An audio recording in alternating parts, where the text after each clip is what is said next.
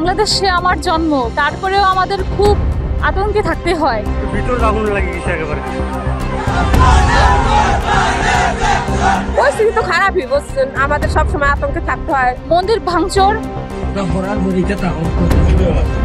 জমিরুল্লাহ বললো যে তোরা ধান লাগাতে লাগা, ধান আমাদের। আর বাড়িঘর ভাঙচুর হচ্ছে বিভিন্ন জায়গায়। হিন্দু মেয়েদের উপরে প্রচুর অত্যাচার হয়।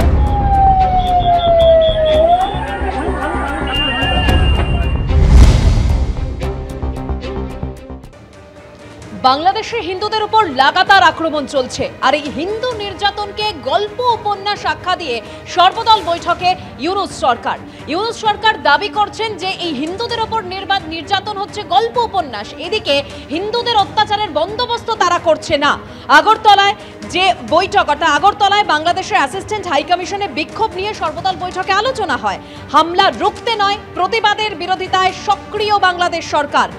আর এই বৈঠকে আওয়ামী লীগ ছাড়া এই বৈঠকে হাজির ছিলেন বাংলাদেশের সব রাজনৈতিক দল।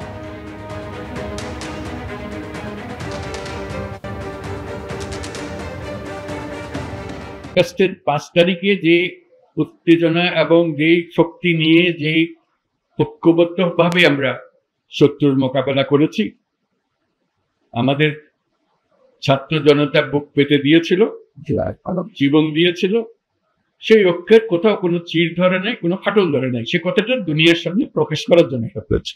আমরা কোনো দুর্বলতার থেকে এখানে আসিনি। আমরা এখনো সেই জাতি, যেই জাতি এই 5ই আগস্ট থেকে আমরা যাত্রা করেছিলাম স্বৈরাচারী সরকারকে বিদায় দিয়ে। সেই জাতি এখনো সেই সজাগ আছে, সে মজবুত আছে। সে মজবুত জিনিসটা দুনিয়ার সামনে তুলে ধরা। তারা যেন মনে করছে যে এর বোধহয় ঠান্ডা হয়ে গেছে। ঠান্ডা আমরা ওই নাই, আমরা সেই সতেজ। যখন আমরা দেখি পুলিশ বলে যে স্যার একটা মারি তো 4টা দাঁড়ায় যায়, এখনো 4টা না 40টা দাঁড়াবে। সেই জাতি মরে নাই, দুর্বল হয় নাই, সবল আছে। আপনাদের যে আজকে উপস্থিতিটা শুধু সেটা জানানোর জন্য, আমাদের সবার মনে সেটা জাগিয়ে দেওয়া। বাংলাদেশে নৈরাজ্যের আগুন, বিশ্বজোড়ায় সমালোচনার মুখে ইউনূস সরকার। আর এই প্রবল চাপের মুখে ভারতের সঙ্গে বিদেশ সচিব পর্যায়ের বৈঠকের দিকেই তাকিয়ে বাংলাদেশ সরকার। 9 থেকে 11 ডিসেম্বরের মধ্যে ঢাকায় ভারত বাংলাদেশ বিদেশ সচিব পর্যায়ের বৈঠক রয়েছে। আগামী সপ্তাহে ঢাকায় যাবেন ভারতের বিদেশ সচিব বিক্রম মিস্ত্রি।